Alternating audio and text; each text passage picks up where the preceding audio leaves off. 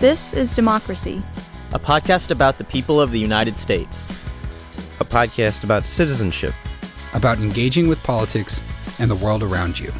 A podcast about educating yourself on today's important issues. And how to have a voice in what happens next. Welcome to our new episode of This is Democracy. This week, we are going to return to the Middle East. We did an episode a few weeks ago with Peter Beinart on the conflict between Israel and Hamas. And today, we're going to take an even more historical deep dive. We're going to look at the 1970s, which I think historians have come to agree is a period of major transformation in the region. And we're going to look at what happened in the 1970s and how the experience of that crucial decade had deep influence upon the events that we're seeing today, and probably will continue to have deep influence upon where we go from where we are today in the region. This is a case where history is not only part of the past, but really is ever present in our contemporary conflicts and our contemporary efforts to understand the conflicts around us. We're fortunate to be joined by a person who's a close friend and someone who I think is one of the really great scholars of the Middle East from the 1960s to the present. This is Salim Yaqub. He's a professor of history at the University of California, Santa Barbara, and director of UCSB's Center for Cold War Studies and International History. Salim, it's so good to have you on the podcast. It's wonderful to be here. Thank you so much for having me. Salim Yaqub is the author of 3 books that I highly recommend to all of our listeners. His first book, Containing Arab Nationalism, is really, I think, as close to the definitive work as is possible on the Eisenhower Doctrine and the Middle East, which was really the first American Cold War doctrine for major influence, even perhaps for attempted dominance in the region. Salim's second book, which is really one of my favorites, Imperfect Strangers, Americans, Arabs, and the U.S.-Middle East Relations in the 1970s. This is a book that looks at events in the Middle East, but also within the United States and the emerging Arab-American community, which becomes very important, as Salim shows, to American politics in the 1970s. It's also a book filled with wonderful anecdotes about Woody Allen and Henry Kissinger and various other individuals, so I encourage all of our listeners to read it. And Salim's most recent book, Winds of Hope, Storms of Discord. What a great title. The United States since 1945, and that title would certainly apply to the present as well as the entire period from 1945 to the present. Salim has written many important articles and other chapters on U.S. foreign policy, on the Middle East, and on Arab-American political activism. Before we turn to our conversation with Salim, we have, of course, our scene-setting poem from Mr. Zachary Suri. Zachary, what's the title of your poem today? To Israel, a Widow. To Israel, a Widow. Wow, let's hear it. Isaac Singer once said, "You were an encounter with the supposedly dead, and I suppose he is right. You're a land of old men and infants held tight, and sandy, ancient, ruined coasts. All of them were always supposed to be ghosts. Few wars can be fought with history, but you have fought them all, have saved a generation from fighting back the fall. Yet though you have somehow survived on promises that you revived, it must be said, you've built yourself a cage. No war should be fought with rage. The grandchildren of the widower, the children of the hollowed, held in their tunnels underground, are lost and must be found. Your neighbors remain, to say the least, uncharitable, lips smacking for the feast, break through the garden fence. Can there be any recompense? No, I am convinced all moral questions will remain unanswered. You are alive, and soon you must have peace, if only so it might be said, all had a chance to count their dead." I love the doggerel in there, Zachary. What is your poem about? My poem, it's hard to explain. I'm not sure I perfectly understand what I was trying to get at either, but I think it's sort of an attempt to understand the place of Israel today but also in particular from the perspective of the 1970s, a period when Israel was still led in large part by a generation which was defined by the Holocaust, but it was also beginning to really develop its own sort of distinct Israeli identity that was still shaped by that the sort of last exile to Israel from Europe and other parts of the Middle East, and in some cases from within the territory of Israel, and to understand that mindset, but also to apply that to today, and how that history informs this moment of violence between Israel and Hamas, and maybe the lessons we can draw from these many decades of conflict.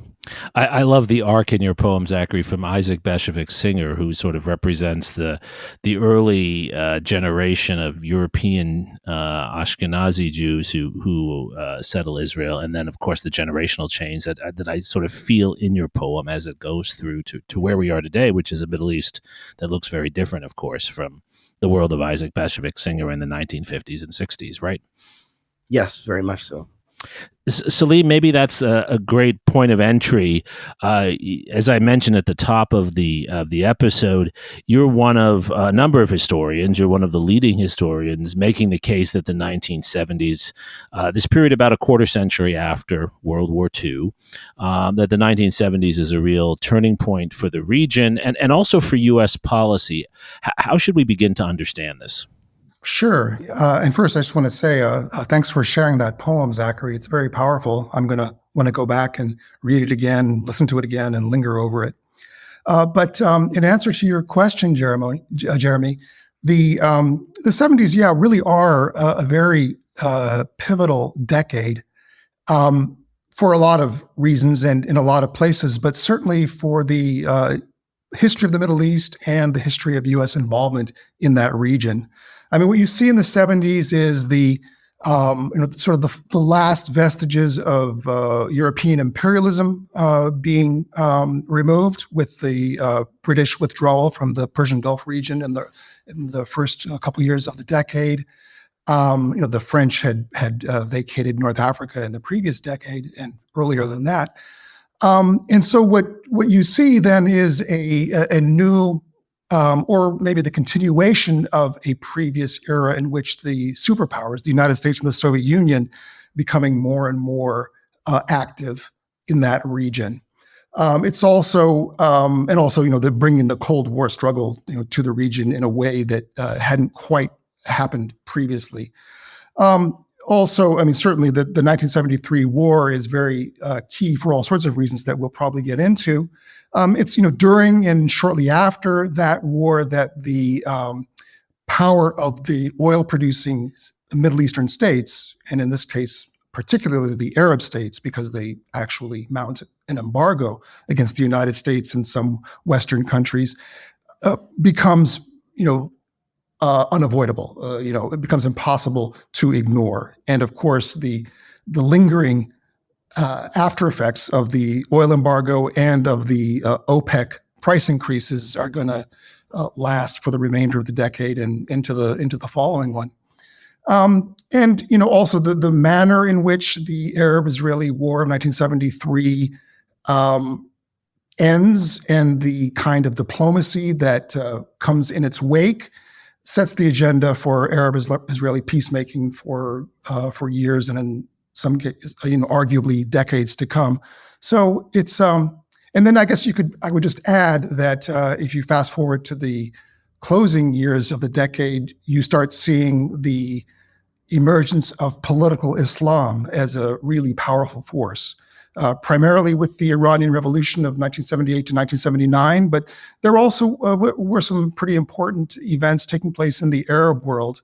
The seizure of the Grand Mosque in Mecca in 1979, right around the same time that the Iranian hostage crisis begins.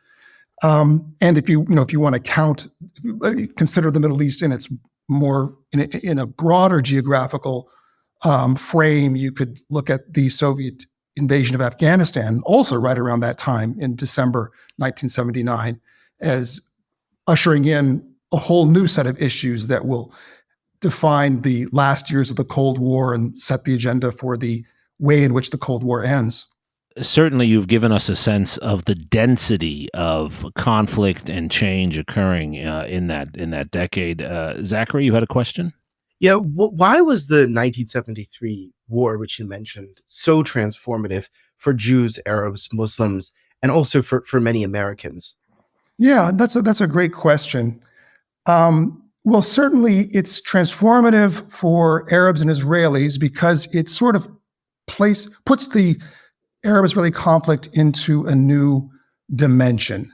The immediately preceding years, between 1967 and 1973, were ones in which the Israelis were occupying the lands that they had taken over in that war, and they sort of felt invincible. They didn't think that they really needed to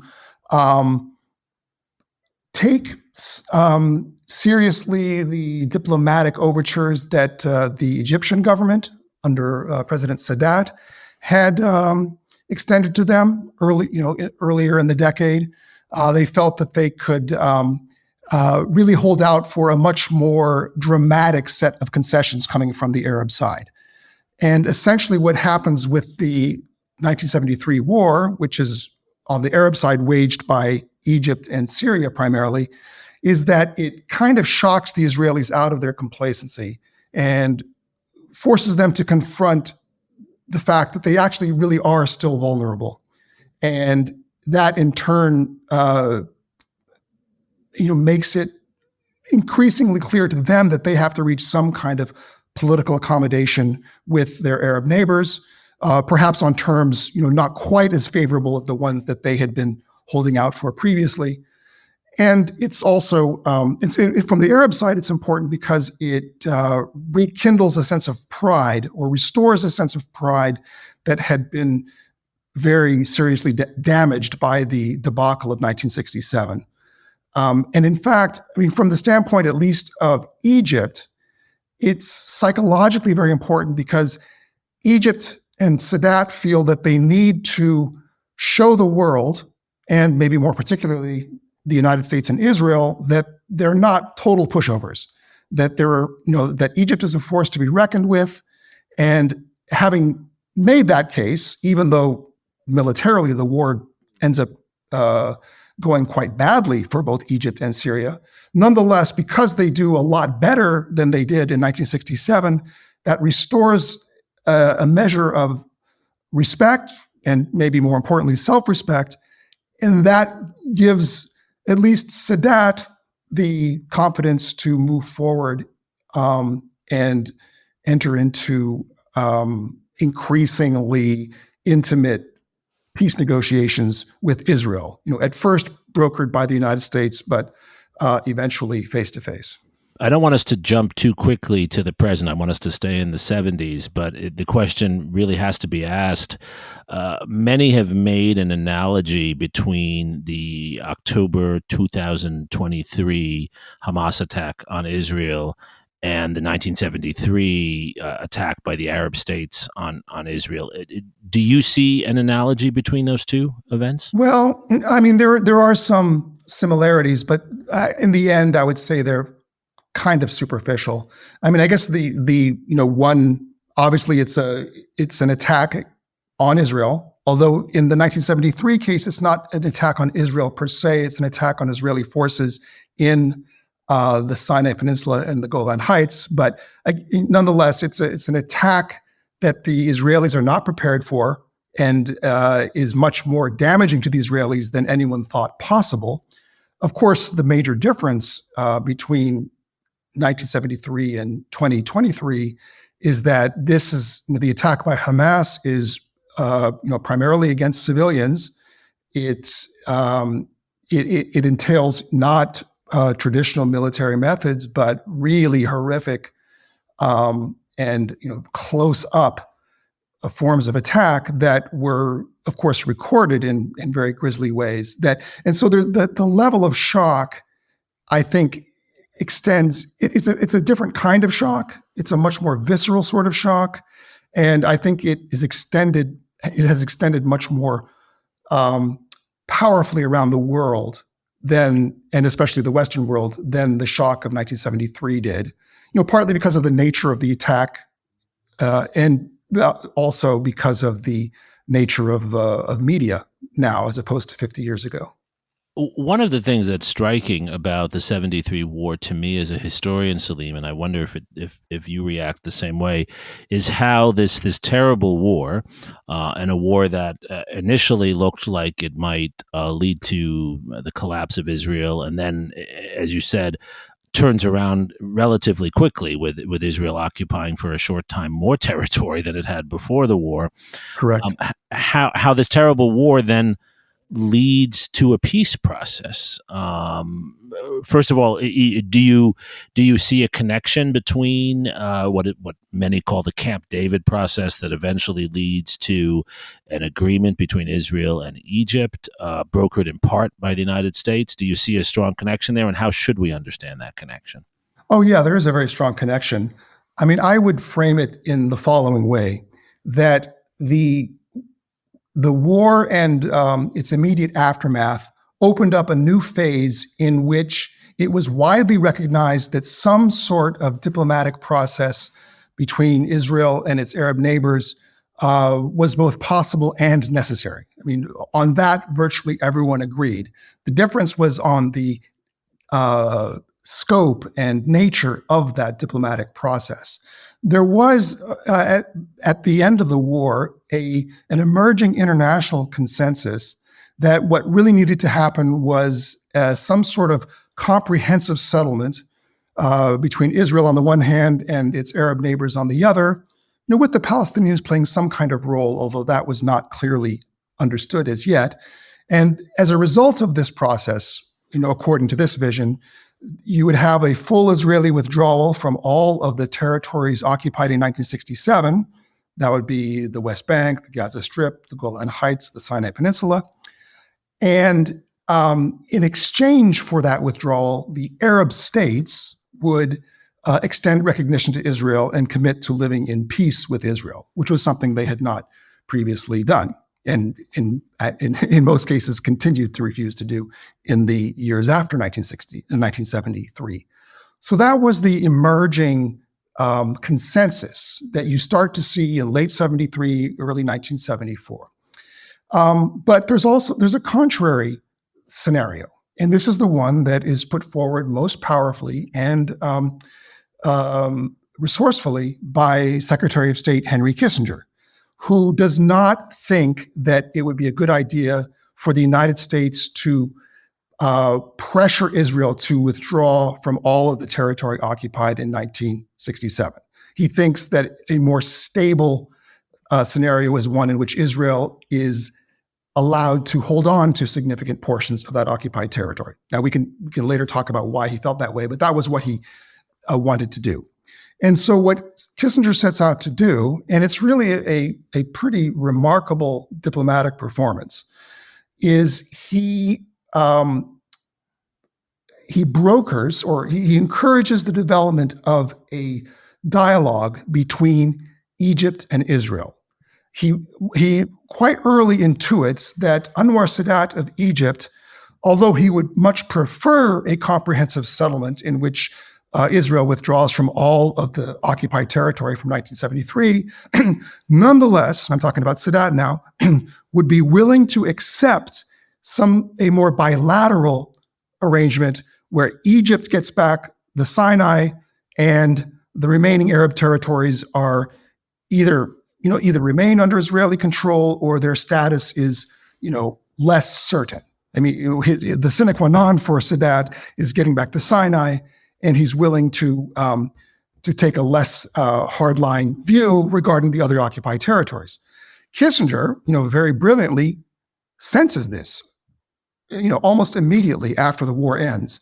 So Kissinger, very skillfully cultivates Sadat and, takes advantage of the fact that Sadat is willing to be a lot more conciliatory in negotiations with Israel than other Arab parties, especially Hafiz al-Assad of Syria, is prepared to be.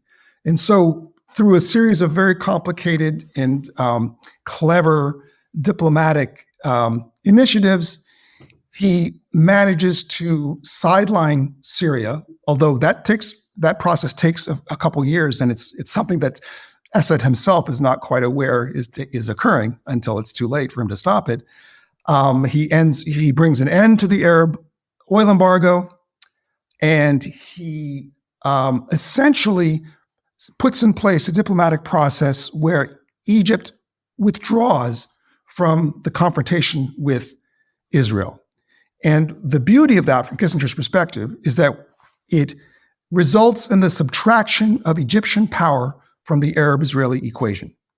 And once that has been accomplished, the ability of the remaining Arab actors, Syria, Jordan, the Palestine Liberation Organization, these are the other parties that have territorial claims that they want to see satisfied, their ability to get those claims satisfied is sharply diminished in the absence of Egyptian power.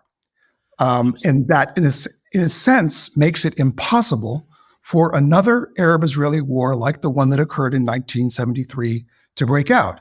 And indeed, if you look over the history over the last 5 decades, there's been plenty of really, really horrific strife, but there has been no general Arab-Israeli war of that sort.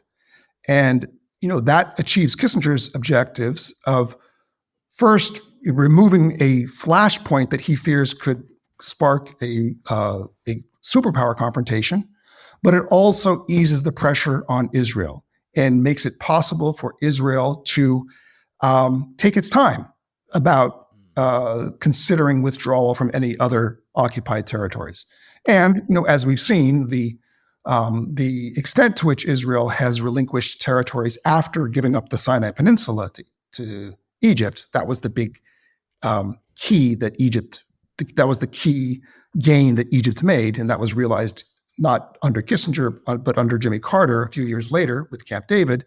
Once Egypt has the Sinai Peninsula back, it's out of the war, and then Israel's occupation of the remaining territories is fortified. Now, obviously, the conflict has taken ups and downs. The diplomacy has gone through ups and downs ever since that time. But I think the key ingredients, the key sort of strategic realities that we need to keep in mind to understand, what kind of diplomatic scenarios have been possible in the years since 1973. We need to keep in mind this achievement of Henry Kissinger of pulling Egypt out of confrontation with Israel, and thereby, in his view, making the diplomacy more manageable. Right. And this is something many of us have chewed on for a long time, right? How to evaluate Kissinger's diplomatic shuttle diplomacy and his efforts to, as you say, take Egypt out of what had been a coalition of anti-Israeli states. One other point I thought I'd add for you to comment on, and then I know Zachary has a question too, is part of what he's also doing is making the United States the most powerful external actor in the region. He's sidelining the Soviet Union, which had been an ally of Egypt, right? And that, of course, has implications for the United States in the region, taking us all the way up to the Iraq War, correct? Oh, yes, absolutely. I mean, essentially, what Camp David accomplishes, and this is often missed because it wasn't something that Jimmy Carter, I think, really was focusing on. I mean, I think Carter genuinely was trying to make peace between Arabs and Israelis. But one byproduct of the Camp David Agreement is that Egypt is removed from confrontation with Israel. It enters into an alliance with Israel, with the United States, whereby it starts receiving nearly as much economic and other kinds of aid as Israel does for some years. And that's a huge strategic blow to the Soviet Union.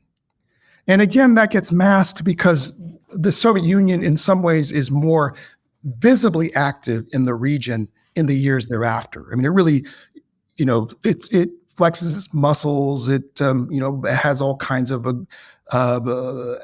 agreements and makes various diplomatic gains on the Arabian Peninsula with its relationship with South Yemen and further to the East. It's invading and occupying Afghanistan. It's cementing its strategic alliance with Syria.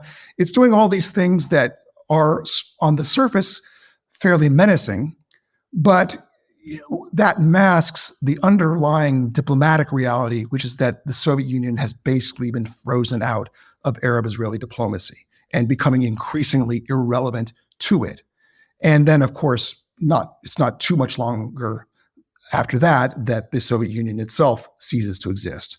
In the United States, even though it had already been flexing its muscles pretty aggressively in the Middle East during the 1980s, and for that reason, I sometimes argue that the post-Cold War era began a decade early in the Middle East.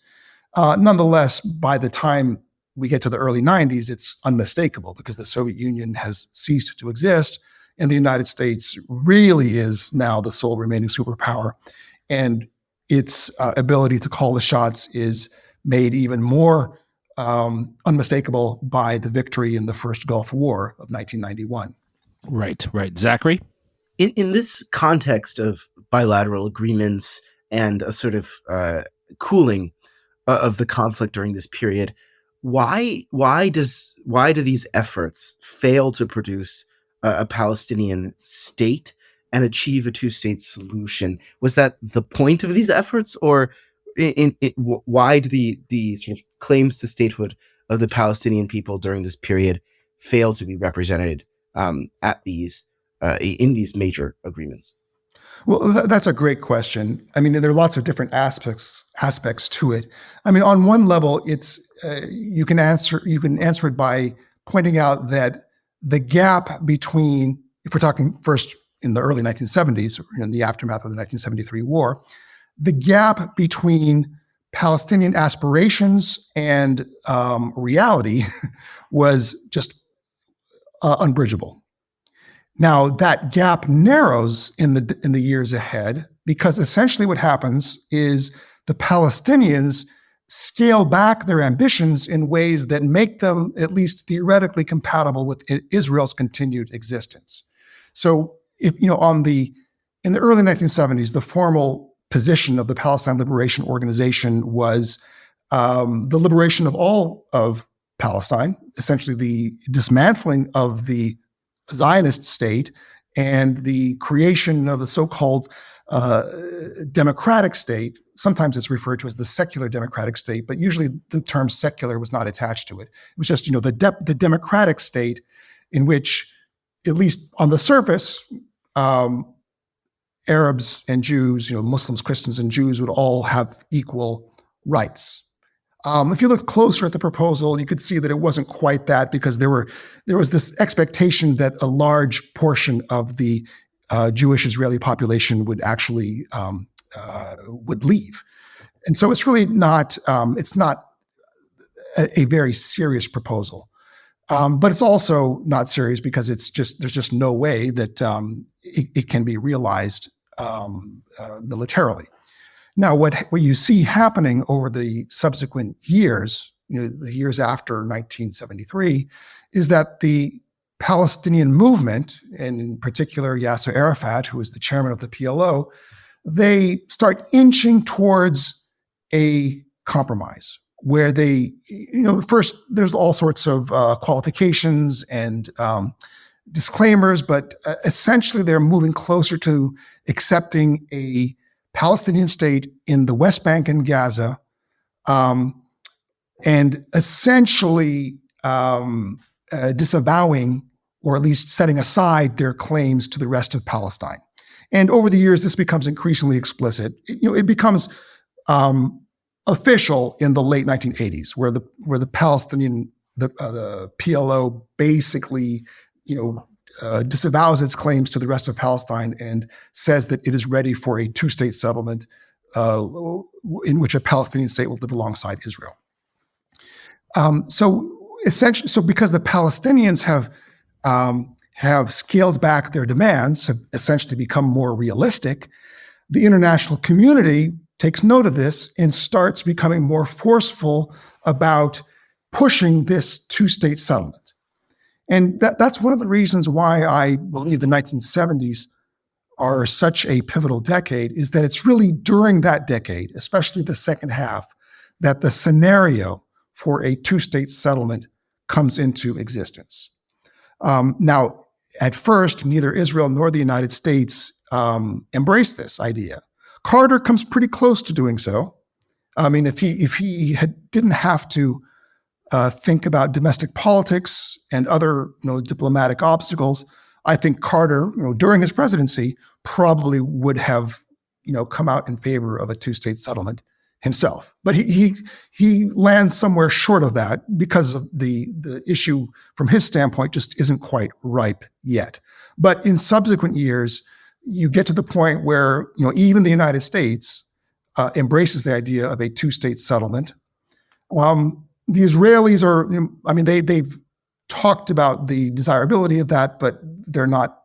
They haven't made the same kinds of official undertakings that would bring that into being. And of course, a major obstacle to that is the continuing colonization of the West Bank, where you do have Israeli settlers increasing their number at a rate and in various configurations that make a viable Palestinian state harder and harder to imagine. But nonetheless, the idea of a two-state settlement gets enshrined not just in international politics, but in American diplomacy as well.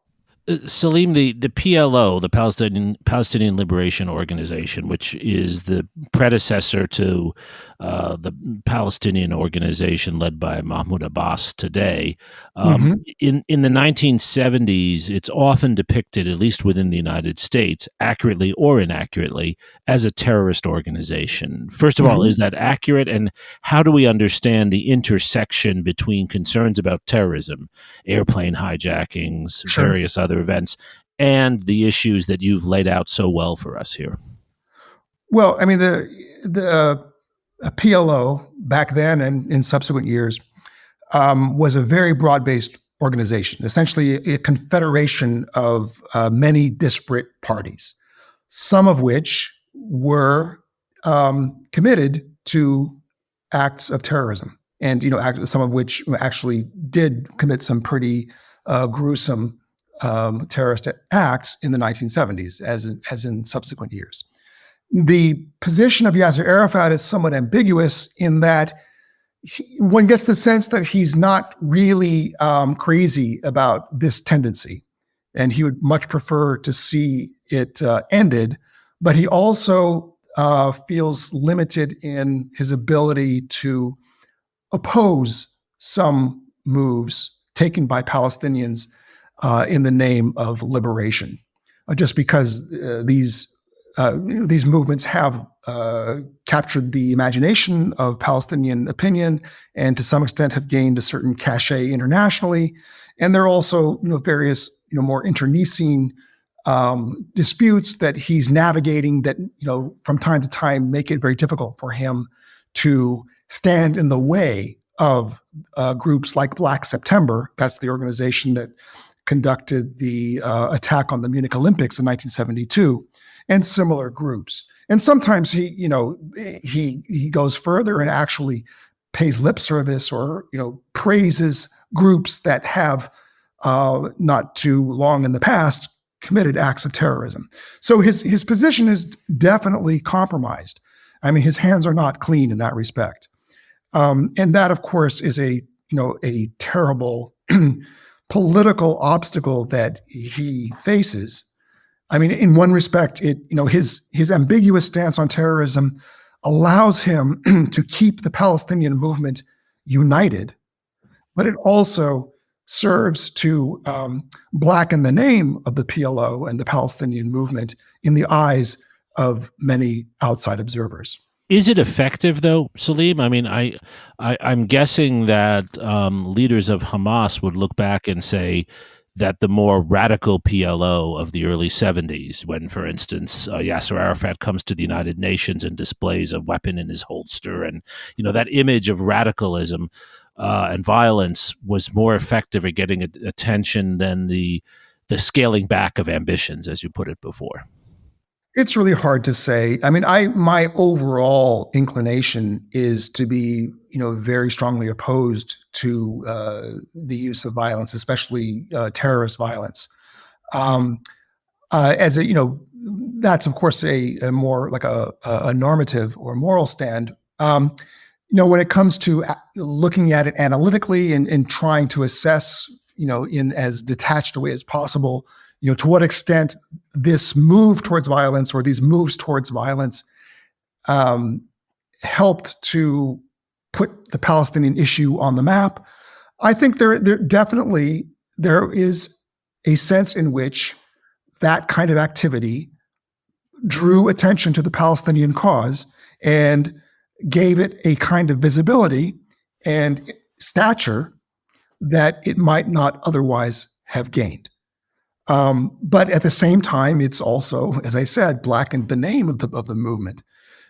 So I guess, if I had my druthers and if I could wave a wand and change history, none of this, at least none of the really heinous forms of violence would have taken place. I mean, obviously, resisting occupation, when you're confronting armed occupiers, that's a whole different ballgame. So I very much regret that this move towards violence has occurred and has been embraced by so many. And of course, especially today, seeing, what it's leading to makes me all the more firm in that conviction. Now, even today, though, you're going to get arguments, and they won't necessarily be completely off base, that the October 7th attacks revived the Palestinian issue in a way that perhaps few other events could have done. Because if you think about where things were just, in the weeks and days leading up to the attack, with Jake Sullivan, kind of gloating that, we've got the Middle East under control now. We're moving towards normalization between Israel and its Arab neighbors and Arab countries further afield, like Saudi Arabia. And the implication of all of that was, we're not going to be so hung up on the Palestinian issue that, the Arab states will make peace with Israel, and they will not condition their willingness to make peace on serious movement on the Palestine issue. I mean, there may be some fig leaf that they demand, but seriously, fundamentally, they're not letting the Palestine issue stand in their way. So there was this scenario that was coming into view of Israel normalizing relations with a whole bunch of Arab countries, especially very prosperous ones, developing all kinds of lucrative trade relations and joint ventures, with these wealthy Arab states, and essentially being able to continue colonizing the West Bank. And, I was very depressed by that scenario. I didn't see any way of breaking out of it. Now, I am utterly aghast at what happened on October 7th, and I don't by any means favor breaking out of the impasse by those means.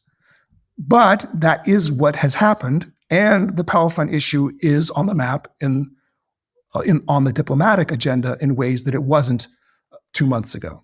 So, so that's the kind of logic that people will invoke to make the case that there is a place for this kind of violence, even though I very firmly reject that argument. I appreciate, Salim, the care and thoughtfulness in the way you said that, and I think it's a very reasonable position you've adopted. Zachary? How should we understand the legacy of these sort of failed, but also to a certain extent successful peace agreements in the 1970s, and then also, of course, the war in 73, the developments that we've been discussing? How should we understand the legacies of these events today? I'm thinking in particular of their legacy in regards to the creation of Hamas and the situation pre-October 7th, which precipitated the current conflict. Yeah, that's a really good question, a difficult one, but a good one.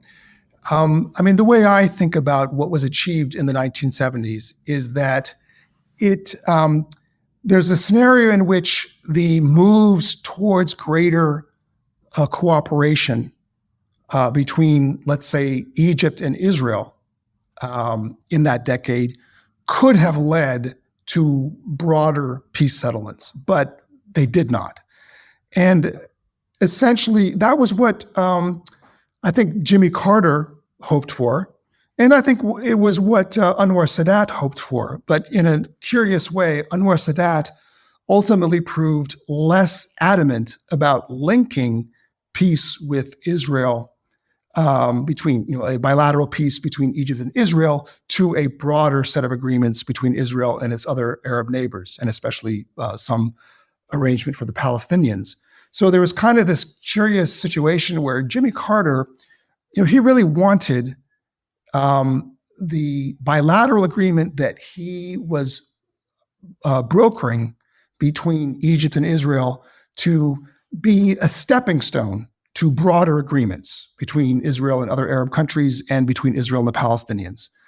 But because of the kind of agreement that Carter was ultimately obliged to accept, and because, frankly, the very hardline and determined stance that Menachem Begin, the Israeli prime minister at the time, took, and because of, Carter had other issues on his plate that were becoming more pressing, especially the Iranian Revolution. You have to think, just when you think about the chronology, you really get a sense of how these issues fit together. The Camp David agreement, the first agreement, the one actually forged at Camp David, was in September 1978. The Iranian Revolution erupts in the weeks and months right after that. By the time the actual formal agreement, the peace treaty between Egypt and Israel that was kind of blocked out in general terms at Camp David is achieved, that's March 1979. So that's a couple months after the Shah has fled and the new Islamist government has taken over in Iran. And it's not too long after that the American hostages in Tehran get taken. So Carter's attention is increasingly sucked into this black hole of misery that, ultimately, arguably ends his presidency.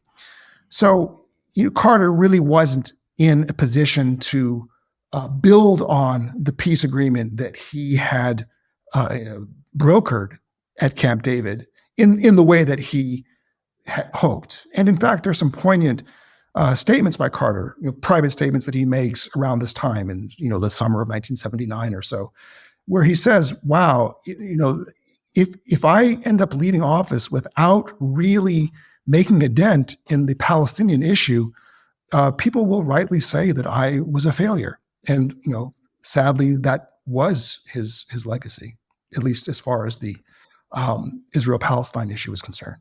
Salim, it strikes me that one of the legacies that's unavoidable is the continued lack of Palestinian statehood, that the two-state solution that you described so well doesn't come into being. And looking back over this period, over the 1970s, one might have thought that things might have gone that way. The Arab states, as you say, in 1973 are united, and they show that they're not as weak as they had been in 67. Right. The Saudis and the other oil-rich states are able to use oil as a weapon in many ways to bring down the American economy or to cause enormous pain in the United States, both at the beginning of the 1970s and the 73 period, and then also at the end of the decade. So there's rising Arab power. Israel also seems to recognize, as you said, that it has to make some kind of deal with its neighbors. So why do the Palestinians continue to be victimized? Why is that one of the overriding legacies from this period? Well, I mean, there are lots of complexities to that question, but you can also answer it in a very simple way, which is, I would say, because of the Camp David agreement. It pulled Egypt out of confrontation for good. I mean, Egypt was already drifting away from its prior commitments to the other Arab countries, but it formalized it. It formalized Egypt's removal from the conflict, transformed Egypt into an ally of the United States. And that really did make it a lot easier for Israel to withstand international calls for some kind of accommodation with the Palestinians. And again, you've got, I was just talking about poignant statements by Carter. There's another one that he makes in 1985 in a book that he wrote called The Blood of Abraham, in which he very starkly and in a kind of self-incriminating way says that what the Camp David agreement did was subtract Egyptian power from the Arab-Israeli equation, and that made it easier for Israel to continue dominating its neighbors and continuing to occupy the West Bank. He just says that very starkly. And I think that's true. You can go a little bit further into the 20th century and look, for example, at the Oslo peace process, where there was kind of a second chance that the parties had to really come to grips with the Israel-Palestine dispute. And you do have, a major transformation occurs in the sense that the United States recognizes the Palestine Liberation Organization. The Israelis, get into dialogue with the PLO and with Yasser Arafat. You actually do have the, establishment of the Palestinian Authority. So there's like a physical presence. There's like a beachhead that the Palestinian movement is able to establish in both the West Bank and Gaza. And it, at least on the surface, it appears that there's an opportunity to build on that nucleus and transform it into a two-state settlement. But what happens is that the Israelis are able to continue expanding Jewish settlements in the West Bank. And the way the agreements are drafted are such that the Israelis are able to invoke certain loopholes, and the Palestinians complain, but they don't have sufficient leverage with the United States to get the Americans to take that seriously.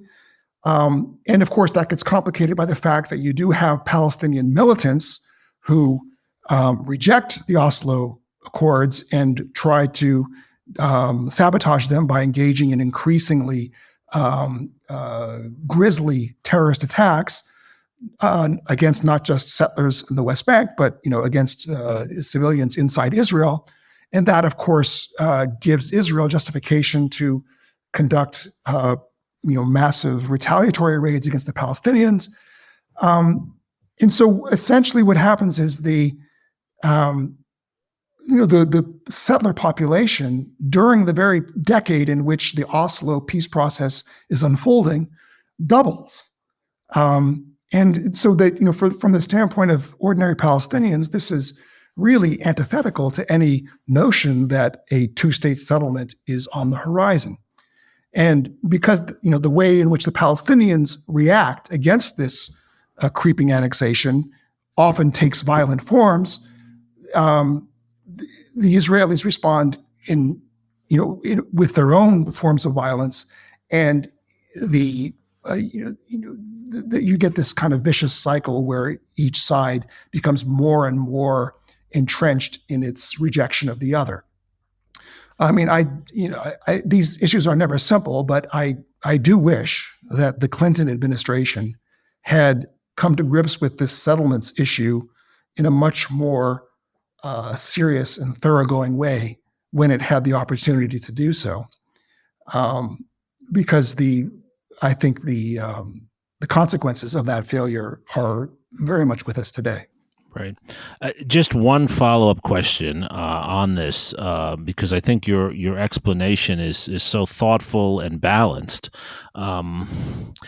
So many Israelis that you and I know, and Zachary knows, and others know, want peace. Mm-hmm. Why, in your narrative, has it been so hard for Israel to pursue peace? In your narrative, in your description, Israel is is in some ways using its alliance with Egypt to avoid hard decisions with the Palestinians. Why do you think that's the case? Well, because it's also using its alliance with the United States to avoid hard decisions regarding the Palestinians. And this is something that I think the United States really bears some responsibility for and needs to correct if we're going to see any serious movement on this issue. I think it's understandable that within the context of Israeli politics, you see a move to the right, over the last couple of decades, and that it's politically very difficult for groups or politicians advocating compromise with the Palestinians to gain popular support.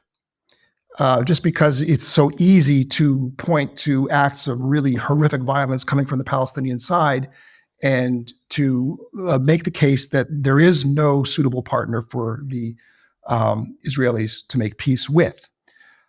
I think, again, these are very complicated issues, and I don't, want to sound, glib and you just be sitting back and pontificating and saying that it's easy to reverse course or change the direction.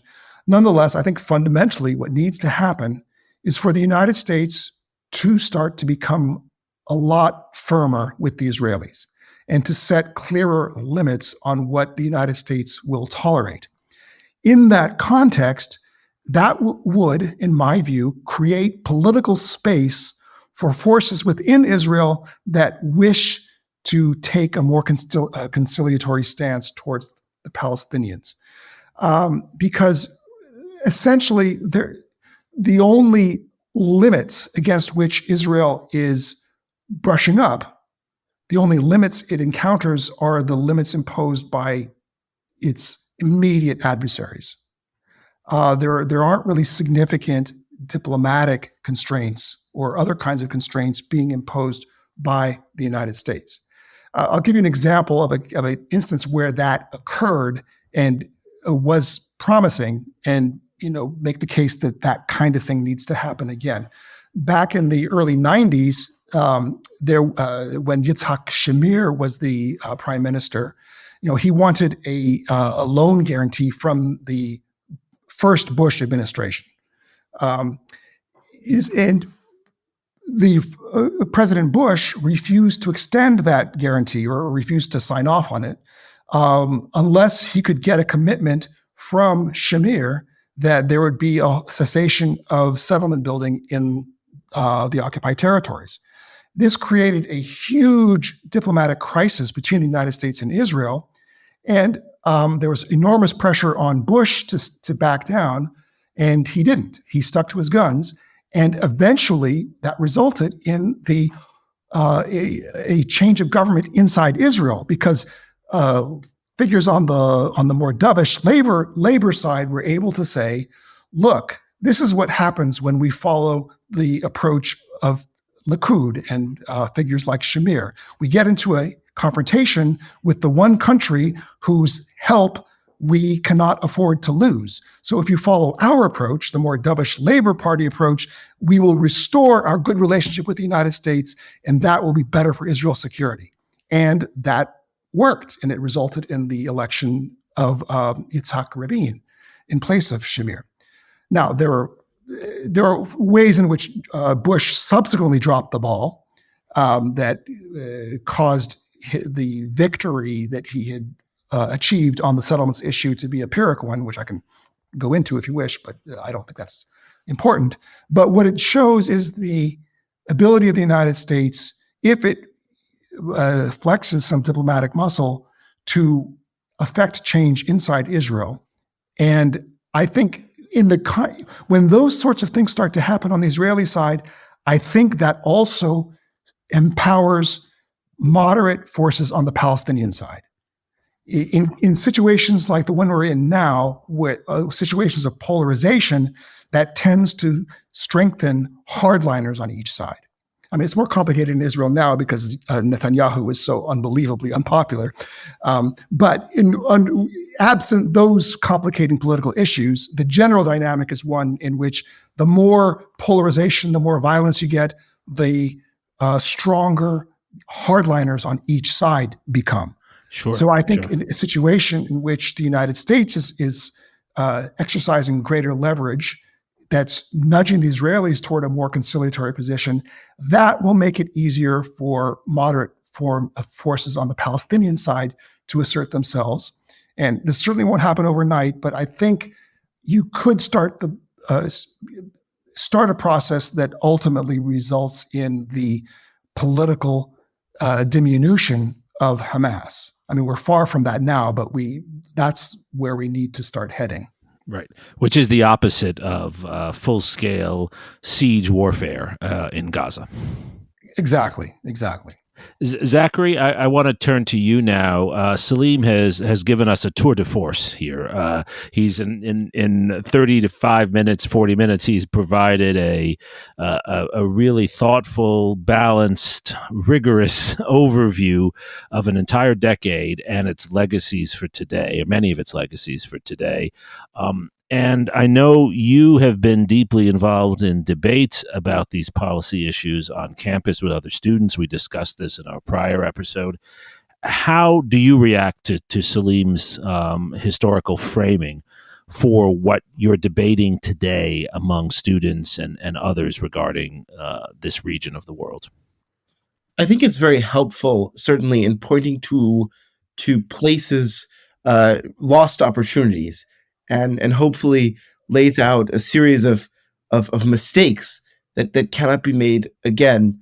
I worry, though, about I think that maybe one of the things it points to as well is a sort of dilemma and a sort of maybe contradictory forces that are shaping the problem today, which is that in order for there to be a sort of viable, moderate Palestinian force with which Israel can make peace, there has to be a moderate sort of political force in Israel willing to make peace. But in order for that to occur, there has to be a sort of cessation of radical Palestinian violence that enables those on the far right in Israel. And I think one of the key lessons that at least I will take from Professor Yaqub's very helpful analysis and history for us is the importance of the role of the United States in maybe catalyzing that process, in at the very least putting our thumb on the scales to sort of break out of that cycle and of that sort of constant sort of lost opportunity, if you will. Yeah. No, I think one of the real strengths, one of the many strengths of Salim's account and his scholarship is that it doesn't make the United States all powerful, far from it, but it does show how the United States might be the one actor that can play a role at certain moments in bringing the different sides together or pushing them apart. I think Salim's account gives us evidence of both of those things. As a final word, Salim, if you had a few seconds with President Biden, then what would you say as a historian that he should be thinking about? Yeah, I mean, I think it would be the point that I made most recently, just about the need to show some greater firmness and to really attend to the details, particularly regarding what's happening on the West Bank. I think when I said that George H.W. Bush eventually dropped the ball, he allowed the next president, Yitzhak Rabin, to essentially use a form of words to get around the settlement issue. What Yitzhak Rabin said was, "You're right, President Bush. There should be no more additional Jewish settlements in the West Bank. I will seize the building of new settlements." But what he then promptly did was start expanding existing settlements, and Bush accepted that distinction. But from the standpoint of the Palestinians, it really was not a difference at all. So I would say that you need to pay really close attention to the details of what's taking place, and to think about their impact on all of the parties to this dispute. And I think, Salim, that's a perfect place for us to not really close, but sort of There's no bring closing this issue. No, but bring this discussion to a point. I think what your scholarship displays and what you have provided today are two lessons for us above all. One is that close attention to the history really matters.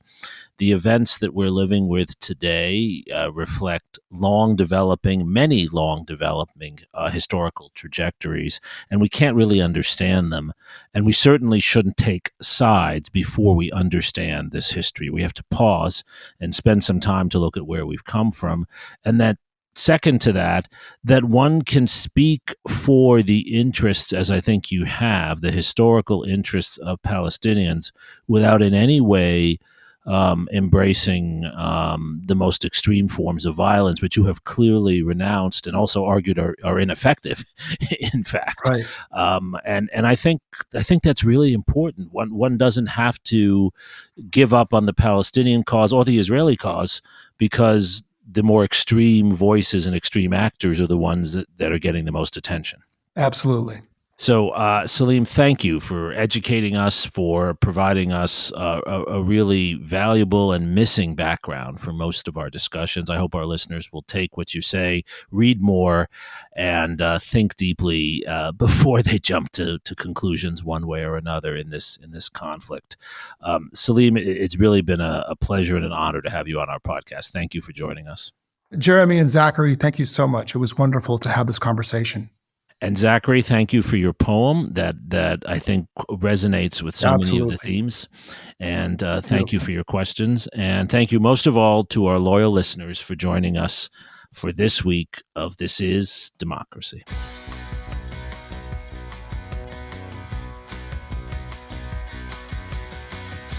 This podcast is produced by the Liberal Arts ITS Development Studio and the College of Liberal Arts at the University of Texas at Austin. The music in this episode was written and recorded by Harris Codini. Stay tuned for a new episode every week. You can find This is Democracy on Apple Podcasts, Spotify, and Stitcher. See you next time.